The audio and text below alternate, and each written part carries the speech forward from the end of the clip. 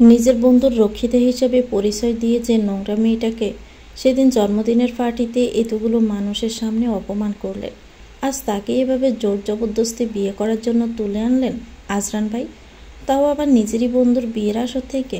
লজ্জা করছে না একবারও? কথাগুলো বলে রোজ তার রক্ত জবা ঠোঁটজোড়া এলিয়ে হাসলো তাচ্ছিল্যের হাসি। দোহাবরণে এখনও তার বিয়ের লাল টকটকে বালির লেহেঙ্গা আর চোখ দাদানোর সাজ, চোখে গাঢ় কাজল। সেই গাঢ় কাজল আঁকা চোখ জোড়াই যেন মুহূর্তেই ফুটে উঠল এক সমুদ্র ঘৃণা। আজরান খান নামক লম্বা ছড়া পুরুষটা সেই ঘৃণার প্রলেপ খেয়াল করলো কিনা কে জানে, তবে বরাবরের মতোই তীক্ষ্ণ এবং হিংস্র চাহনিতে চাইল যেন মেয়েটার দিকে। বাম হাতটা খুব সূক্ষ্মভাবে গিয়ে ঠেকল রোজের কোমরে। অতঃপর খুব দ্রুতই মেয়েটাকে টেনে আনলো নিচের দিকে। দূরত্ব মিটিয়ে ডান হাতের বৃদ্ধা আঙ্গুলিটা রোজের থুতনির কালসে তিলটার কাছে নিয়ে আঙ্গুল বোলালো আবেশিভাবে। আজরানের এক মুহূর্তের জন্য লোভ হলো, ইচ্ছে হলো থুতনির ওই কালো তিলটা নিজের দাঁতের আঘাতে ক্ষত বিক্ষত করতে। অথচ আজরান তা করল না। রোজের সেই ভুবন বোলানো চোখ জোড়ায় চোখ রেখে সে বরাবরের মতো আবারও আবিষ্কার করলো এই মেয়েটা তার রোজ না, কোনোভাবেই না। তার রোজ কী করে বদলালো এতটা, কী করে এতটা পরিবর্তন? আজরানের আগে দিশেহারা লাগে যেন। থুতনির তিলে বুলাতে থাকা আঙ্গুলটা থামিয়ে এবারে হাত দিয়ে মেয়েটার থুতনি চেপে ধরে। দাঁতে দাঁত পিষে উঠল সে। বিশ্বাসঘাতকদের আমি কখনোই ক্ষমা করি না জান। তোকে সেই জায়গায় কি করে ক্ষমা করতে পারি বল? কি করে ভাবলি তোকে শান্তিতে আমি থাকতে দিব? এটুকু বলে আজরান খেয়াল করলো রোজের মাথায় থাকা লাল টকটকে ওড়নাটার দিকে। সে ব্রু কুঁচকাল। ওড়নার চারধারে মোটা বর্ডারে স্পষ্ট ফুটে উঠেছে রোজের নাম, সাথে আরেকটা নাম সায়ান, সায়ান চৌধুরী। আজরান চোখ মুখ শক্ত হয়ে এলো মুহূর্তেই। দাঁতে দাঁত চেপে সে এক মুহূর্তে ওড়নাটা টেনে ফেলল ফ্লোরের এক কোণে। তীক্ষ্ণ চাহনিতে সে বলল, বাহ রোজ, আর সায়ানের নামের মাঝখানে আবার লাভ চিহ্ন বসিয়েছিস। এত আহ্লাদ ছিল বিয়ে নিয়ে? কাস্টমাইজড করে ওড়নাও বানিয়েছিস, ভেরি গুড। এখন বল এ ওড়নাটা কি করব? রোজ নিচে তাকায়। তখনও সে আজরানের বাহু বন্ধনে। রোজ আজরানের দিকে তাকিয়ে উত্তর দিতে যাবে, ঠিক তখনই আজরান ফের ধমকে বলে উঠল, কি হলো, চুপ কেন? কথা বল, কি করব এটা? রোজ ছোট শ্বাস ফেলল কেবল। শক্ত স্বরে কিছু একটা উত্তর দেওয়ার আগেই আজরান এগিয়ে ওর ওড়নাটায় আগুন ধরালো সযত্নে। অতঃপর বসে বসে ওড়নাটার আগুনটা জ্বলতে দেখল। আজরানের পৈশাচিক আনন্দ হচ্ছে ওড়নাটা পোড়াতে পেরে। পোড়ানো শেষে সে হাসি হাসি মুখে ফের রোজের কাছে এলো। পা থেকে মাথা অবধি শ্বাসটা পরক করল। তারপর ঝুঁকে রোজের থুতনিটা ফের চেপে ধরে বলল, ইচ্ছে হচ্ছে না? তোকে এভাবে জ্বালিয়ে দেই রোজ, আমার জিনিস, আমার জান, অথচ সেজেছিস অন্যের জন্য। কি করে পারলি এই বেইমানিটা করতে? ইচ্ছে করছে তোকে জানে মেরে দেই। বাকি রইল তোর বাপের কথা। আজরানকে এখনো চিনেই উঠেনি তোর বাপ। তোর বাপকে অন করেছিলাম, শুনেনি তোর হারামি বাপটা। এখন কেবল দেখবি শুধুই আসলে কিভাবে এর মাসুল দিতে হয় তোর বাপকে। খানবাড়ির ছেলেদের সাথে বিশ্বাসঘাতকতা করে তোর বাপ বারবার পার পেয়ে যাবে ভেবে থাকলে ভুল। রোজের চাহনি এতটা সময় দৃঢ় তাচ্ছিল্য ভরা থাকলেও এই পর্যায়ে রাগে ঘৃণায় তার কান্না চলে আসলো। চোখ লাল টকটকে হয়ে এলো। সামনের পুরুষটিকে একসময় সে ভালোবেসেছিল, এটা ভাবলেই তার গা গুলিয়ে আসছে। শরীরের প্রত্যেকটা রক্তকণিকায় বয়ে যাচ্ছে খুবই সূক্ষ্ম এক ঘৃণার রেশ। রোজের চাহনি জ্বলন্ত। দৃঢ়স্বরে আঙ্গুল দেখিয়ে বলল, আমি তাহসিয়া কবির রোজ। আজরান ভাই, ডেজি নয় যে নিজের প্রেমিককে নিজের বাবার থেকেও বেশি গুরুত্ব দিব। ফের বাপ নিয়ে কথা বললে রক্তারক্তি হয়ে যাবে এখানে। আজরান ঠোঁট বাঁকালো। দৃষ্টিতে কি ভীষণ রসিকতা নিয়ে বলল, তাই নাকি জান? তবে হোক না রক্তারক্তির কাণ্ড। এইটুকু বলে আজরান তর্জনী আঙ্গুল বুলালো রোজের আদরে মুখে। রোজের চোখ টকটকে লাল তখনও। ফের দাঁতে দাঁত চেপে বলল, ভালোই ভালোই বলছি আজরান ভাই, ছেড়ে দিন আমায়, মুক্তি দিন। আজরান হাসে। আজরান ভাই থেকে আজরান নামটা শুনেই হাসল। যাক, তবুও পুরাতন কিছু বৈশিষ্ট্য তার রোজের মাঝে অবশিষ্ট আছে। আজরান খানিকটা ঝুঁকে তাকালো। চোখে ফুটে উঠল অন্যরকম চাহনি। আজরান এবারে আঙ্গুল নিয়ে ঠেকালো রোজের ঠোঁটে। শরটা একটু ঘাড়ো করেই বলল, কখনো না জান, স্টিল এটাও সম্ভব না। ইউ নো না, তুমি আজরানের জান, জান ছাড়া বাঁচা যায় নাকি? রোজের চোখ জোড়া আবার টলমলে হয়ে উঠল যেন। এই 2 বছর সে শান্তিতে ঘুমাতে অবধি পারেনি একটা রাত। এই 2 বছর তার কি অসম্ভব যন্ত্রণায় কেটেছে সে জানে। অথচ আজরানের কোনো মায়া হলো না তার প্রতি। নিত্য নতুনভাবে তাকে দোষী করে শুধু দুঃখ দিতেই জানে এই পুরুষটা। রোজ শান্তস্বরে বলল, আজরান ভাই, আমায় একটু শান্তি দিন না এবারে, প্লিজ। আমাদের দু বোনের জীবন নরক হয়ে গেছে।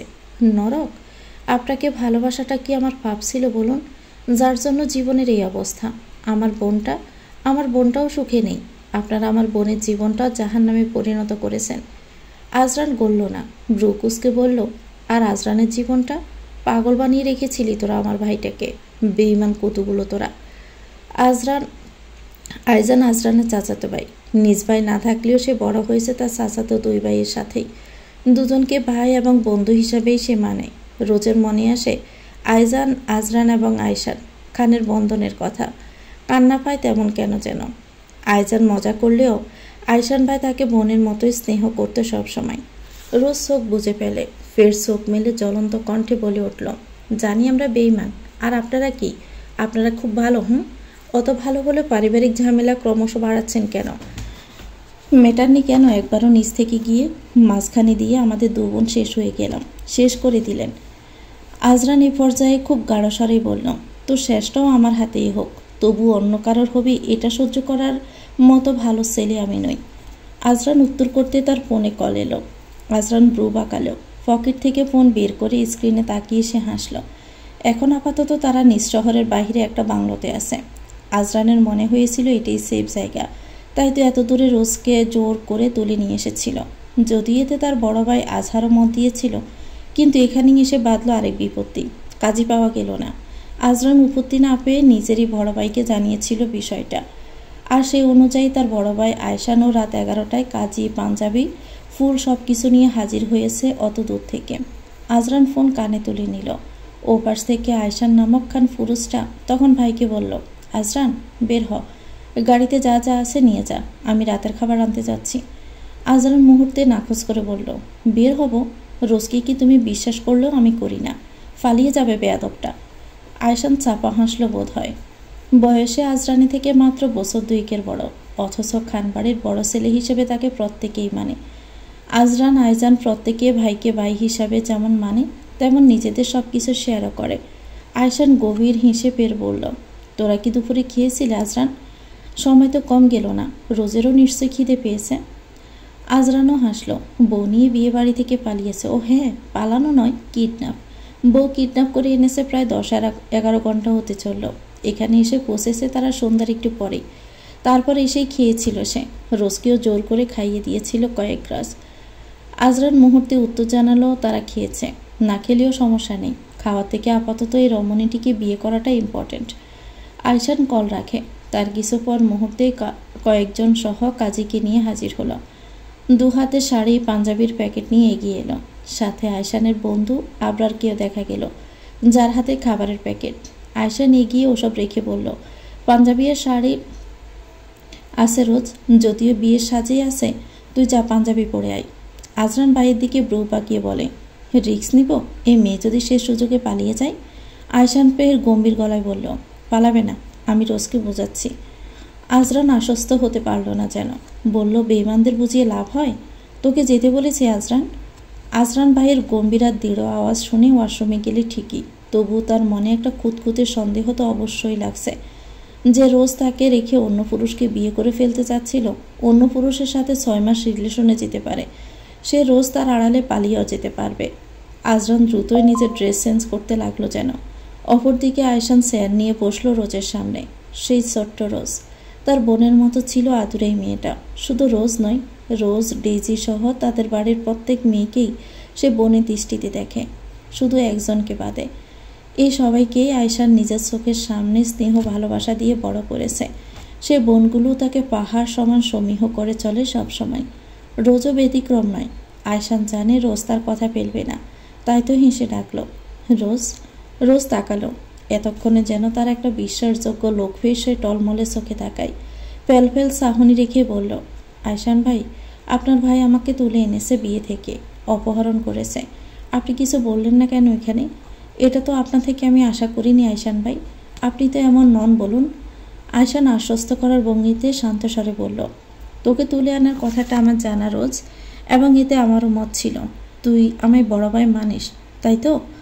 আমি যে কোনো ভুল সিদ্ধান্ত নিব না এটুকু আস্থা নিশ্চয়ই আছে বল। রোজ শান্ত স্বরে জানালো আছে। গুড, এবার বল, তুই কি সায়নকে ভালোবাসতি? ওকে কি ভালোবেসে বিয়ে করতে রাজি হয়েছিলি? দেখ, আমার জানা মতে তুই অনেক কাল আগে থেকে আজরানকে ভালোবাসিস। আজরানের থেকেও তুই ওকে বেশি চাইতি, এবং তোদের বিয়েটা আগে থেকে ঠিক করা ছিল বল। রোজ মাথা নাড়িয়ে বলল, ছিল। আয়শান ছোট্ট শ্বাস ফেলে উত্তর দিল, বলল, আমি চাই না আইজানের মতো অবস্থা আজরানেরও হোক। আমার ভাই ওরা, আমার বাচ্চার মতো দেখি আমি ওদেরকে রোজ। আমার পরিবারটা এভাবে ছন্নছাড়া হতে পারে না বল। আইজান আর আম্মু এখন বাহিরে, 2 বছর হলো আইজান বাসায় আসে না, আম্মুও আসে না। তুই কি চাস আজরানও এমন করুক রোজ? পারিবারিক দ্বন্দ্ব বড়দের মাঝে, ওটাকে ছোটদের মাঝে না টানাই উচিত ছিল বল। তুই যদি আজকে সায়ানকে বিয়ে করে নিস, তোর ফ্যামিলি হয়তো গর্ববোধ করত, কিন্তু তুই কি সুখী হবি? খুশি থাকবি রোজ? ততক্ষণে আজরান বেরিয়ে এসেছে। পরনে তার একটা সাদা পাঞ্জাবি, উপরে সাদা কোটি, দেখতে বিয়ে বিয়ে সাজ লাগছে, কিন্তু রোজ একবারও তাকালো না। আজরান নিজের চেঞ্জকৃত কাপড়গুলো হাতে নিয়ে এসে বলল, থাকবে ভাইয়া? ওরা বা সায়ানকে খুব পছন্দ হয়েছে। 6 মাস তো দুজনে চুটিয়ে প্রেমও করেছে, কিন্তু ওকে বলে দাও, প্রেম করুক পছন্দ করুক যাই হোক, আমার ওকে লাগবে। এক্ষুনি যদি বিয়ে না করে তেড়িং বেড়িং করে তো সায়ান তো খুন হবেই, ওর বাপ ভাইও কিন্তু খুন হবে আমার হাতে। আমাকে কিন্তু আইজানের মতো চালাকি করে কেউ ভুলাতে পারবে না। আয়শান খুব শান্ত ভঙ্গিতে তাকায়, দৃষ্টি কি ভীষণ গভীর। রোজ ততক্ষণে ফুঁসে উঠে বলে, আয়শান ভাই, আমার বাপ ভাইকে খুন করলে আমি তোমার বাপ ভাইকে ছেড়ে দিব? পুরো 100 টুকরো করে কুকুরকে খাওয়াবো আমি ওনার মাংস। আজরানও দ্রুত বলল, ও কত বড় বেঈমান হলে এমন করতে পারে ভেবেছো তুমি ভাইয়া? শুনো, তবুও আমার কিন্তু ওকেই লাগবে, ওকেই। ও অন্য কারোর হলে আমি ওকেও খুন করতে 2 সেকেন্ড সময় নিব না। আয়শান হাসল। এমন একটা কঠিন মুহূর্তে এই দুজনের এমন কার্যকলাপ আসে কিভাবে? আয়শান রোজের দিকেই তাকালো, বলল, রোজ, বড় ভাই হয়ে বলছি, রাজি হয়ে যা বিয়েটাই। আমাকে আমার আরেকটা ভাইয়ের পাগলামো দেখতে যেন না হয়। আর শোন, আমরা সত্যি চাই তুই আমাদের বাড়ির বউ হ, তোর সাথে কোনো দ্বন্দ্ব নেই, সায়ানিরের কারোই। রাজি হয়ে যা রোজ, অনুরোধটা রাখ। আমি বাহিরে যাচ্ছি। তুই আরেকটু সময় নিয়ে ভাব, আমরা তোকে জোর করছি না।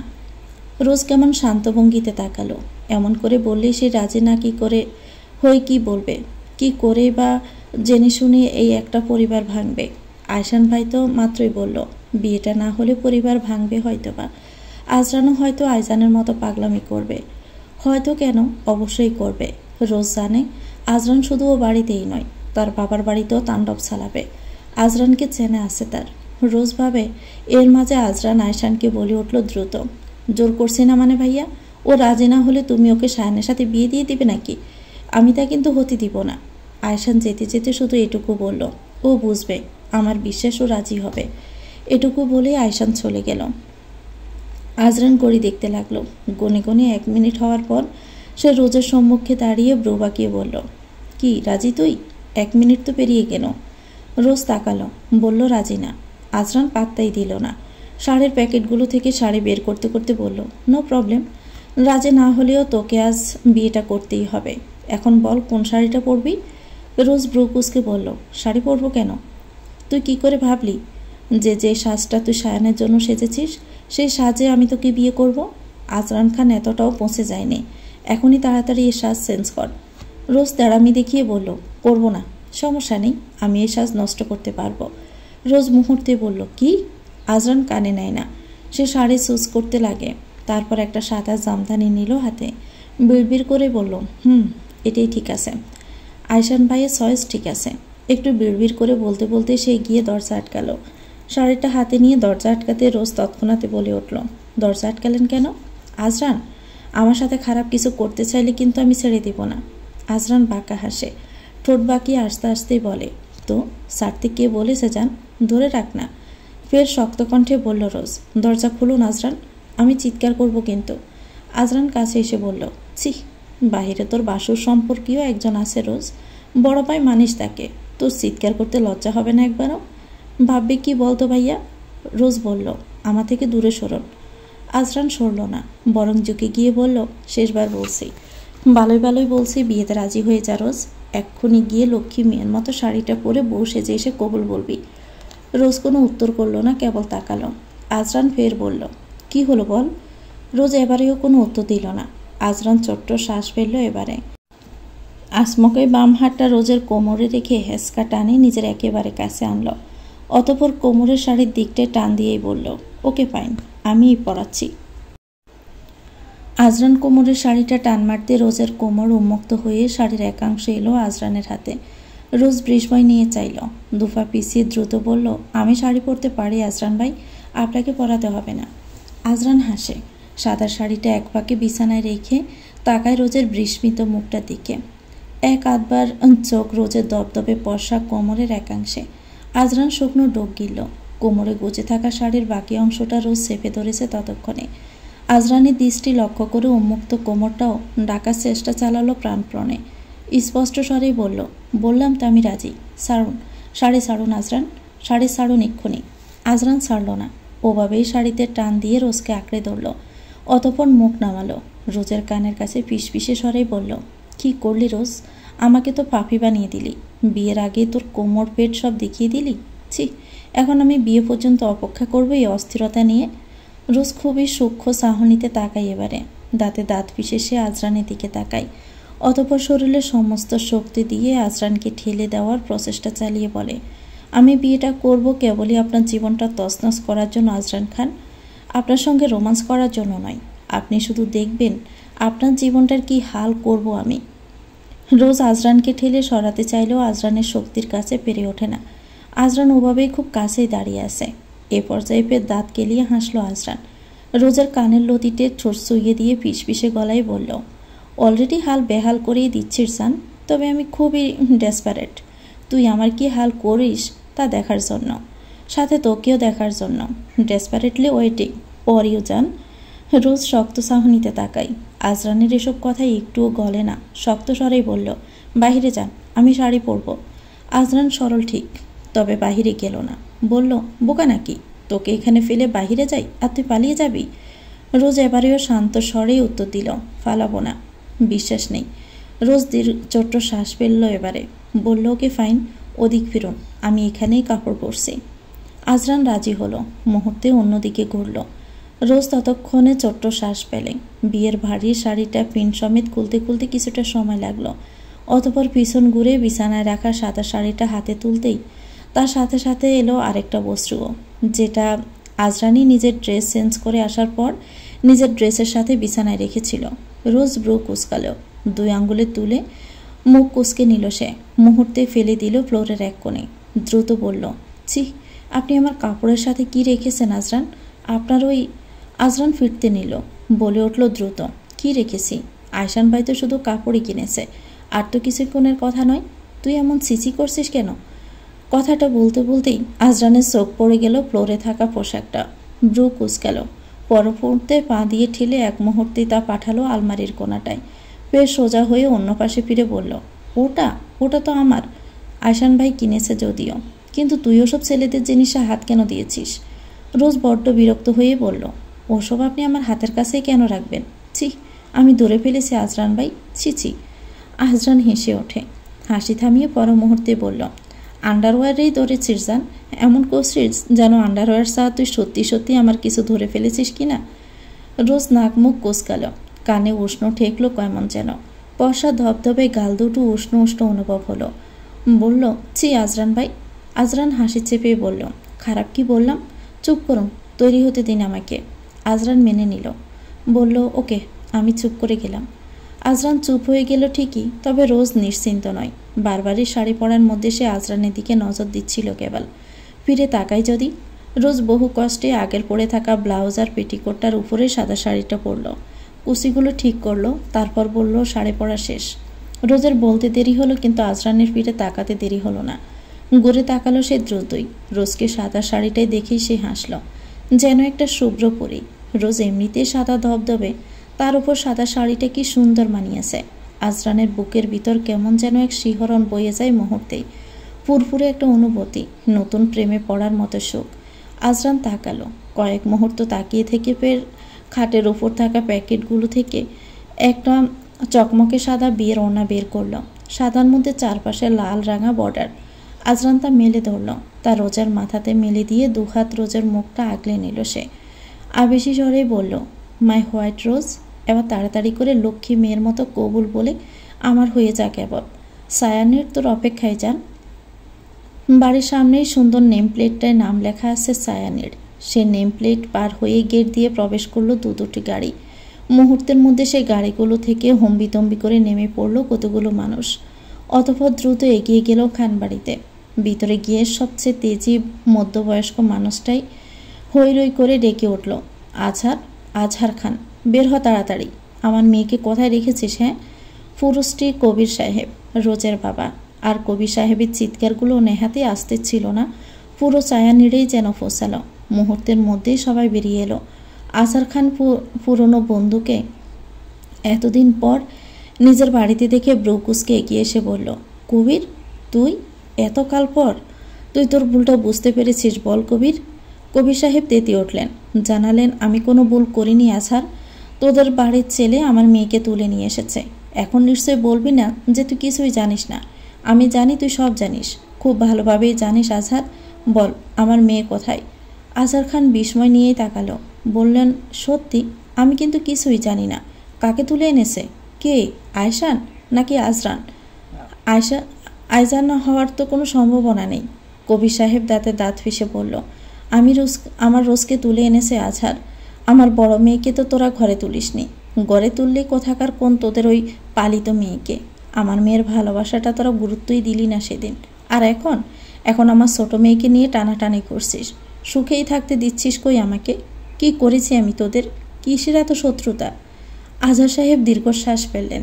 উপস্থিত সবাইকে ঘরে যেতে বলে উনি কবির সাহেবকে বসতে বললেন। একটা সমাধান তো করা যায় কবিরকে বুঝিয়ে। এভাবে শুধু শুধু একটা শত্রুতা বয়ে কি লাভ হচ্ছে তাদের দুজনের? বিজনেসে ক্ষতি হচ্ছে, সামাজিকভাবেও বহু ক্ষতির সম্মুখীন হতে হচ্ছে দুই বন্ধুকেই। ছেলে মেয়েগুলোরও ক্ষতি। দুই বন্ধুর এক বন্ধু এতকাল নিজেদের সম্পর্ক ঠিক করার চেষ্টা করেনি, তবে আজ যখন কবির সাহেব এসেছেনি তখন চেষ্টা করাই যায়। বন্ধুর সাথে সমঝোতায় আসা যায়। আজহার খান আর কবির সাহেব বসলেন। কয়েক মিনিটের কথাবার্তা চলল। অতঃপর আজহার সাহেব বুঝলেন তার বন্ধুটি মানবার নয়, মেয়েদের ভালোবাসে পাগলের মতো। আর সে মেয়েদের প্রত্যাখ্যান মানতে না পেরেই তো এত শত্রুতা। আজহার সাহেব দীর্ঘশ্বাস ফেলেন। ঠিক তখনই ট্রে হাতে নিয়ে এগিয়ে এলো তুলি, এবাড়ির বড় বউ, আয়শান খানের বউ। তুলি এগিয়ে আসতে কবির ততক্ষণে রেগে উঠে যাচ্ছিল। মাঝখানে তুলি এসে প্রথমে চায়ের কাপ তুলে ধরল কবির সাহেবের দিকে। হেসে বলল, আঙ্কেল, চা।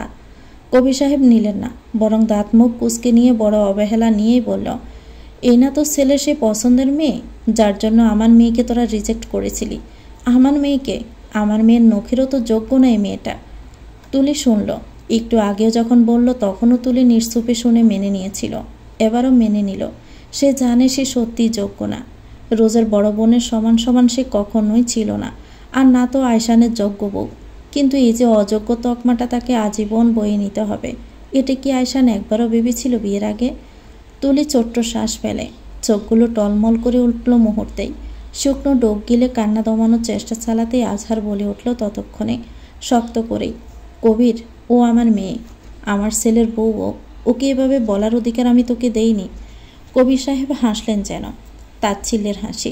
উঠে দাঁড়িয়ে শাসিয়ে বলে গেলেন, রাখ তোর অধিকার। আমার মেয়েকে তুলে আনার জন্য আমি তোদের বাড়ির ছেলেকে কিভাবে নাকে দড়ি দিয়ে ঘুরাবো কেবল দেখবি আজহার। কিচ্ছু করতে পারবি না তোরা। এটুকু বলেই কবির সাহেব হন্ততন্ত করে বেরিয়ে গেলেন। সাথে বেরিয়ে গেল তার সাথে আসা তার ছেলে বাইগুলুও। রোজ সাদা শুভ্র শাড়িটাই সেজে বসে আছে, গোমটা টানা মুখে। কাজী সাহেব বিয়ে পড়ানো শুরু করেছে আরও আগেই। এখন রোজের কবুল বলার পালা। অথচ মিনিট 5 পার হওয়ার পরও রোজ কবুল বলছে না, চুপ করেই আছে। আজরান কেবল নিজের ধৈর্যের সীমায় টিকিয়ে রাখার চেষ্টা করছিল, অপেক্ষা করছিল। অবশেষে ধৈর্য হারিয়ে রোজের দিকে গেল। রোজের কানে ফিসফিস করে দৃঢ়স্বরে বলল, কবুল বল রোজ, আমার ধৈর্যের পরীক্ষা নিস না। রোজ তবুও চুপ। আজরান ফের বলল, রোজ, আমি কিন্তু অতি ভালো পুরুষদের মতো ধৈর্য ধরে বসে থাকতে পারবো না তোর কবুল বলার জন্য। রোজ ঘোমটাটা থেকে মুখ ধরল। আজরানের দিকে সে বলল, আপনাকে বলেছি আমি ধৈর্য ধরতে? আজরান ব্রু নাচিয়ে বলল, তো কি বলেছিস? ধৈর্য না ধরে এখনই বউ নিয়ে বাসর ঘরে দৌড় দিব? রোজ বিরক্ত, অতি বিরক্তে কপাল কুঁচকালো সে। কাজী সাহেবের দিকে সে দ্রুত বলল, কাজী সাহেব, এই ছেলে এভাবে পিস করে গেলে আমি কিন্তু কবুলই বলবো না। দূরে সরতে বলুন ইনাকে। কাজী সাহেব এবার নিরীহ চোখে আজরানের দিকে চাইল। ততক্ষণে কথাটা শুনে আয়শান, আবরার সহ বাকি 2-4 জন যারা ছিল সবাই হেসে ফেলেছে। আয়শান হাসি চেপে বাইকে বলল, দূরে সর আজরান। আজরান সরল। সরতে রোজের দিকে তাকিয়ে বিড়বিড় করে বলল, আস্ত বেয়াদব একটা তুই। অতঃপর আজরান সরতে রোজ কবুল বলল, 1বার 2বার 3বার। রোজের কবুল বলার পর মুহূর্তেই কবুলও বলতে সময় নিল না আজরান। দ্রুতই বলল সে, যেন এই বিয়ের জন্য তার সমুদ্র সমান তাড়া ছিল।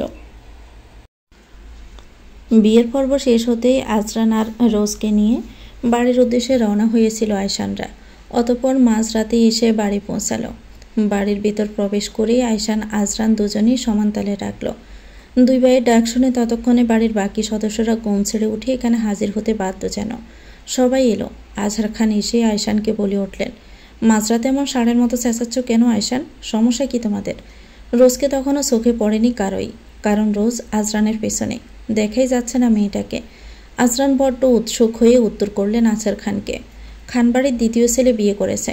সবাইকে এই বিষয়টা না জানিয়ে তো আর বাসর কমপ্লিট করতে পারবো না বড় আব্বু। তোমরা তোমাদের পুত্রবধূর মুখটা দেখবে না? আজহার খান যেন 2-2 4 মিলিয়ে ফেললেন মুহূর্তেই। ততক্ষণে আজরানের বাবা এগিয়ে এসে দ্রুত বিস্মিত স্বরে বলল, কি বিয়ে করেছ আজরান? খানবাড়ির ছেলেরা সব কি তোমরা এভাবেই হুটহাট করে বিয়ে করে বাড়িতে বউ তুলবে? আমাদের কি কোনো অধিকার নেই? আজরান চোখ ছোট ছোট করে তাকায়, বলে, ক্ষতি কি আব্বু? তোমরা যদি ছেলেদের পছন্দের ব্যাপারে টুকটাক খেয়াল রাখো তাহলে তো আর এমনটা করতে হয় না। বাধ্য হয়ে আমাদেরই হুটহাট বউ নিয়ে আসতে হয়। তোমরা বুঝলে তো এটা আর হয় না। আজরানের বাবা ছেলের এমন কথা শুনে বিরক্ত হলেন যেন। শাসিয়ে বললেন, আজরান, তুমি কার সাথে কথা বলছো ভুলে যাচ্ছ? একদমই নয়। আজরান খান ততক্ষণে এগিয়ে এলেন। আয়শানকে ইঙ্গিত করে বললেন, তুমি বোধহয় ভুলেই গিয়েছ। তোমার বিয়ে নিয়ে আমি কারো কাছে প্রতিশ্রুতিবদ্ধ ছিলাম। আমি আয়শান, অথচ তুমি সে প্রতিশ্রুতির কোনো মূল্যই দিলে না। তোমার কাছে সেসব প্রতিশ্রুতির কোনো মূল্য না থাকলেও আমার কাছে আছে। তুমি নিশ্চয় জানো আজরানের বিয়ে নিয়েও আমি ওই একই মানুষটার কাছে প্রতিশ্রুতিবদ্ধ ছিলাম। আমার একবার উচিত ছিল প্রতিশ্রুতি ভঙ্গের আগে তাদের জানানো। যদিও আমি জানি তোমরা। আজরান মুহূর্তে পট করে উচ্ছ্বাস নিয়ে বলল, আমরা প্রতিশ্রুতি ভঙ্গ করিনি। তাই তো বড় আব্বু, কিন্তু এবারে প্রতিশ্রুতি ওই লোকটা ভেঙেছে বড় আব্বু। বারবার বলেছিলাম তোমার বুড়ো বন্ধুকে, যাতে ছোট মেয়েটা অন্য কোথাও বিয়ে না দেয়। আজরানের কথা শুনে তার মা অল্প হাসলো যেন। এগিয়ে আজহার খানকে বলল, তাই তো, ওরা জানিয়েছে আমাদের আমার পুত্রবধূকে অন্য কোথাও বিয়ে দিয়ে দিবে। এত সাহস! অত মহান সাজবেন না বড় ভাই। আমি আপনার এই মহানতার বিরুদ্ধেই যাচ্ছি। আমাদের আইজানটার কথা ভাবুন, পাগলের মতো ভালোবেসেছিল। উনি শুধু ওনার মেয়ের ভালোবাসাটাই দেখেছেন। আমাদের আইজান কি ঠুনকো নাকি? আজহার খান এবার কিছু আর বললেন না, মুখ গম্ভীর করে রাখলেন। আয়শান ততক্ষণে এগিয়ে এলো। রোজকে বাবার সামনে দাঁড় করিয়ে বাবার হাত মুঠো করে ধরে বললেন, আব্বু, আমরা এবারে সত্যি প্রতিশ্রুতি ভাঙিনি। যার সাথে প্রতিশ্রুতিবদ্ধ ছিলে তার মেয়েকে আজরান বিয়ে করে এনেছে। আজহার খান দ্রুত বললেন, রোজ? আয়শান আশ্বাস দিয়ে বলল, হ্যাঁ রোজ। আজহার খান নরম চোখেই চাইলেন। রোজকে তারা মেয়ে থেকে কম কিছু দেখেননি। রোজ, ডেজি, তুলি সবাই সমান ছিল। আজহার খান ভাঙা স্বরে শুধাতে লাগলেন, আম্মাজান। বাকিটা বলার আগে রোজ দ্রুত টলমলে চোখে চেয়ে বলল, সাচ্চু কেমন আছো? দ্রুত উত্তর এলো, ভালো ভালো। আমার মাটাকে দেখে ভালো না থেকে পারি? আজরান, রোজকে নিয়ে ঘরে যাও, ও কেঁদে ফেলবে যেন। বিয়ে যখন করেছিস তখন পারফেক্টলি ওর দায়িত্ব নিবি। বাকি সব আমি আর আয়শান মিটিয়ে নিব। আজরান দ্রুত ব্রু বাঁকিয়ে বলল, কি মিটিয়ে নিবে? আয়শান ঘাড় কাত করে। আজরানকে বলে, তো শ্বশুর মহাশয় অলরেডি থানায় পৌঁছে গেছে আজরান। খুব সম্ভবত আজকের রাতের মধ্যে পুলিশ নিয়ে হাজির হবে দেখবি। আজরান আতকে ওঠার ন্যায় বলল, কি সাংঘাতিক! নিজের মেয়ে জামাইকে আসামি বানিয়ে দিতে চাইছে। আয়শান হেসেই বলল, আসলেই তো আসামি। তার মেয়েকে কিডন্যাপ করলি তুই? আজরান কেমন করে যেন চাইল। পর মুহূর্তে আয়শানের বউ তুলির দিকে চেয়ে বলল, তুমি যে আমাদের তুলিটাকে জোর করে ধমকে দামকে বিয়ে করে ফেললে। আয়শান হাসল। বাইকে শুধু বলল, সব কিছুতে আমায় ফলো কর বেটা, যা করে যা। আয়শান ঘরে এলে অনেকটা সময় পরেই। বাবার সাথে কিছু আলোচনা সেরে ভেবেছিল তুলি ততক্ষণে ঘুমিয়ে পড়েছে। আয়শান তা ভেবে ফ্রেশ হতে ঘুমোতে এলো। আলো নিভিয়ে আলতো করে তুলিকে জড়িয়ে নিয়ে চোখ বসতে আসমাকা কানে এলো, তুলে চিকন গলার আওয়াজ। আমায় বিয়ে কেন করেছিলেন আয়শান ভাই? কি প্রয়োজন পড়েছিল যে আমায় বিয়ে করতেই হলো? আয়শান হাসে। ওভাবেই তুলিকে জড়িয়ে রেখে উত্তর করল, তুলি, তুই নিজেই একটা আস্ত প্রয়োজন আমার। তুলি স্থির স্বাভাবিকভাবেই বলল, এবারে আমি কখনোই আপনার প্রয়োজন হতে চাইনি আয়শান ভাই। তাহলে কি হতে চেয়েছিলি? কিছুই না। আয়শান দ্বিমত করল, মুহূর্তে জানালো, ভুল, চেয়েছিলি কিন্তু প্রকাশ করিসনি। তুলি চুপ থাকলো কিছুক্ষণ। চেয়েছিল? হ্যাঁ চেয়েছিল। এই চাওয়াটাই অপরাধ। তুলি তো কোনো দিনও প্রকাশ করেনি এ মুগ্ধতার কথা, কোনো দিনই জানতে দেয়নি, কোনো দিন ব্যতীত কথাও বলেনি। তুলি চুপ থাকলো। অতঃপর অনেকটা সময় পর বলল, আমার চেয়েও আপনাকে বেশি চেয়েছিল ডেইজি। আয়শান ব্রু কুঁচকাল।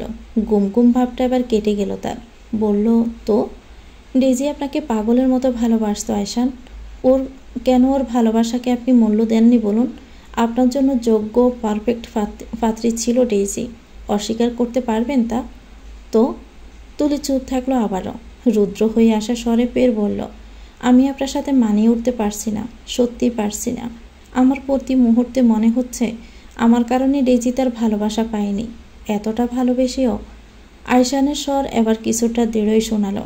শক্ত কণ্ঠে বলল, বারবার এতটা ভালোবাসতো, পাগলের মতো ভালোবাসতো, এগুলো বলে তুই কী বোঝাতে চাইছিস? তুলি বলল, এটাই যে ওর সমুদ্র সমান ভালোবাসাকে আপনার গুরুত্ব দেওয়া উচিত ছিল। আয়শান তুলিকে ছেড়ে দিল এই পর্যায়ে। চিত হয়ে শুয়ে উত্তর করল, তুই বোধহয় ভুলে যাচ্ছিস, ডেইজিকে আয়জান পাগলের মতো ভালোবাসত তুলি। এই মাঝরাতে এসব পুরনো আলোচনা বাদ রাখি, ঘুমাতে দে আমাকে, আমি ক্লান্ত। তুলির চোখ আচমকাই টলমল করল। শুধু এই কারণটার কারণেই আয়শান ডেইজিকে বিয়ে করেনি। ছোট ভাই ভালোবাসত বলে ত্যাগ দেখিয়েছে সে। তুলি জানে, খুব ভালোভাবেই জানে যে আয়শান ডেইজিকে ভালোবাসে। তুলি টলমলে চোখ বেয়ে এবারে পানি গড়িয়ে গেল। কিছুক্ষণ চুপ থেকে সে বলল, আয়শান ভাই ডেইজিকে ভালো না বাসলে আপনি অবশ্যই ডেইজিকে বিয়ে করতেন আয়শান। আমি জানি আপনি ডেইজিকে ভালোবাসেন, অথচ আমায় দাবার গুটি বানিয়ে প্রত্যেকের চোখে খারাপ বানিয়েছেন। আমাকে প্রত্যেকটা মুহূর্তে আপনি অপরাধ বোধে মারছেন, অথচ আমার দোষ নেই, সত্যি দোষ নেই। শুধু আপনাকে পছন্দ করেছিলাম যোগ্যতা না থাকা সত্ত্বেও। এটাই হচ্ছে আমার অপরাধ। আয়শান ফের ফিরল বইয়ের দিকে। আবারও জড়িয়ে নিয়ে গম্ভীর আওয়াজে বলে উঠল, তুলি, আমি তো চোখের পানি সহ্য করতে পারি না, তুই জানিস। তবুও কেন আমায় দুর্বলতায় আঘাত করিস? তুলি মেনে নিল নিজের সব দুঃখ, সব কষ্ট। অভিযোগ করে লাভ কি? যা সত্য তা সত্যই। তুলি কাউকেই দোষ দেয় না, কাউকেই না। শুধু চোখ বুজে নেয়, শান্ত স্বরে বলল, আর করব না, ঘুমান। রোজ আজরানের ঘরে এসে প্রথমে ফুল সজ্জিত একটা ঘর পেল। এই বাড়ির কেউই নাকি তেমন জানে না বিয়ে নিয়ে, অথচ বাসর ঘর সাজিয়ে ফেলল। রোজ ব্রু কুচকে রাত তাকাতে থাকে। এক পর্যায়ে চোখে পড়ে বিছানায় পড়ে থাকে কিছু মেয়েলি T shirt, palazzo, three piece সহ অনেক পোশাক। রোজ উল্টে পাল্টে দেখল। তারপর আজরানকে দেখা মাত্রই বলল, আজরান খানের ঘরে দেখছে মেয়েলি পোশাক আশাকও রাখেন, দারুণ তো ব্যাপারটা। তো কয়টা মেয়েকে ঘরে এনেছেন এই পর্যন্ত আজরান? আজরান ঠোঁট বাঁকালো। উত্তরে বলল, কয়টা মেয়েকে আনাতে চাস জান? তুই চাইলে আনবো এরপর থেকে। রোজ মুখ ভেঙায়, বলে, পরে আনলে পরে জামা কাপড় আনতেন। আজরান সোজাসুজি দাঁড়ালো, ঝুঁকে চোখ রাখলো রোজের চোখে। তারপর বলল, এ শাড়ি পরে নিশ্চয় সারা রাত কাটবে না তোর রোজ? ঘুমাতে পারবি এই শাড়ি নিয়ে? রোজ ব্রু কুচকাল, বলে, আমার জন্য নাকি? আমার বিষয়ে ভাবছেন? বাহ। আজরান হেসে বলল, তোর মতো অমানুষ নই আমি জান। আপনি মানুষ? কোন দিক থেকে? আজরান ফের হেসে বলল, যে দিক থেকে আমি তোর প্রিয় পুরুষ ছিলাম। রোজ ছোট্ট শ্বাস ফেলে বলে, এখনও প্রিয় পুরুষ আছেন তা ভাবছেন নাকি? আজরান উত্তর করতে নিবে ঠিক তখনই কল এলো। আজরান পকেট থেকে ফোন বের করল। এটা রোজের ফোন, তার কাছেই ছিল, অফ করা, একটু আগে অন করেছিল সে। তারপর কলটা যার তার নয়, আবার সায়ানের, তার ওই বন্ধুর এবং রোজের সে না হওয়া বরের। আজরান স্ক্রিনে তাকিয়ে বলল, তো সায়ান কল দিয়ে দিল রে রোজ। ফোনটা এ কারণেই অন করতে চাইনি। রোজ নিজের ফোনটা দেখে দ্রুত বলল, ফোন দিন। খুব তাড়া? খুব ভালোবাসিস নাকি তোর সায়ানকে? রোজ শক্ত গলাতেই বলল, ফোনটা আমায় দিন আজরান। আজরানের চোয়াল শক্ত হয়ে আসে, শাসিয়ে বলে উঠল, ওর সাথে কথা বলার জন্য এত তাড়া আমার সামনে দেখাবি না রোজ। ওয়ার্ন করছি আজকে, নেক্সট বার হলে তোর সায়ান আর সায়ান থাকবে না। এটুকু বলেই আজরান গলা পরিষ্কার করলো। কল রিসিভ করে হেসে হেসে বলল, সায়ান, কনগ্রাচুলেশনস তোর না হওয়া বউ আমার সাথে পালিয়ে আসার জন্য। অলসো কনগ্রাচুলেশনস ফর মি, বিয়ে করে বউ করে তোলার জন্য। ওপাশ থেকে সায়ান ততক্ষণে দ্রুত বলল, রোজ তোর কাছে? আজরান কেবল হাসে। সায়ান ফের রেগে বলল, কি হলো, উত্তর দে। রোজ তোর কাছে? আজরান গম্ভীর স্বরে বলল এবারে, ওকে রোজ, শুধু আমরা ডাকি, তোর ডাকার রাইটস নেই। সায়ান রেগে আছে, রেগে ফেটে পড়বে যেন এমনভাবেই বলল, তুই আমায় রাইট শেখাতে আসবি না আজরান, মেরে তোর হাত পা ভেঙে দিব। সাহস কি করে হলো তোর রোজকে নিয়ে যাওয়ার, বল। আজরান কেবল হাসে, পর মুহূর্তে দাঁতে দাঁত চেপে সোয়াল শক্ত করে উত্তর করল, যেভাবে তুই সাহস করলি আমার ফুলের চোখ তুলে তাকানোর, ভাগ্য ভালো তোর যে তোর চোখ উপড়ে ফেলিনি আমি এখনো। বেইমান কোথাকার, তোরা সব কটা বেইমান। রোজ আমাকে ভালোবাসে আজরান, তুই বোধহয় জানিস না ও আমায় কতটা পাগলের মতো ভালোবাসে, ও আমায় কতটা চাই। জিজ্ঞেস কর ওকে, নিজেই বুঝে যাবি তোর ফুল আমার প্রতি কতটা আসক্ত। আজরান দাঁতে দাঁত চেপে সায়ানের কথাগুলো শুনে চোয়াল শক্ত হয়ে আসে তার। অস্পষ্ট স্বরে দুটো বিশ্রী গালি শুধালো সে সায়ানকে। সঙ্গে সঙ্গেই পর মুহূর্তেই বলল, আমার ফুল, আমার রোজ, আমার বউ, ও তোকে ভালোবাসার আগে আমি নিজেই ওকে মেরে ফেলতাম সায়ানের বাচ্চা। সায়ান হেসে উঠল হুট করে, বলল, সাহস থাকলে ওকে ফোনটা দে, আমি কথা বলেই সরাসরি প্রমাণ পেয়ে যাবে আজরান। আজরানের মেজাজটা খারাপ হতে লাগে, হাত পা নিষ্পিস করে যেন, তবুও হেসে সায়ানের গা জ্বালানো উত্তর দিল, আমি আবার শুয়োরদের আমার বউয়ের আশপাশে গেছতে দেই না, বুঝলি তো। তুই ঘুমা বরং, সকাল হলে নতুন করে পাত্রী খোঁজে নিস ভাই, আমার বউয়ের আশা ছেড়ে দে, পাবি না আমি বেঁচে থাকতে।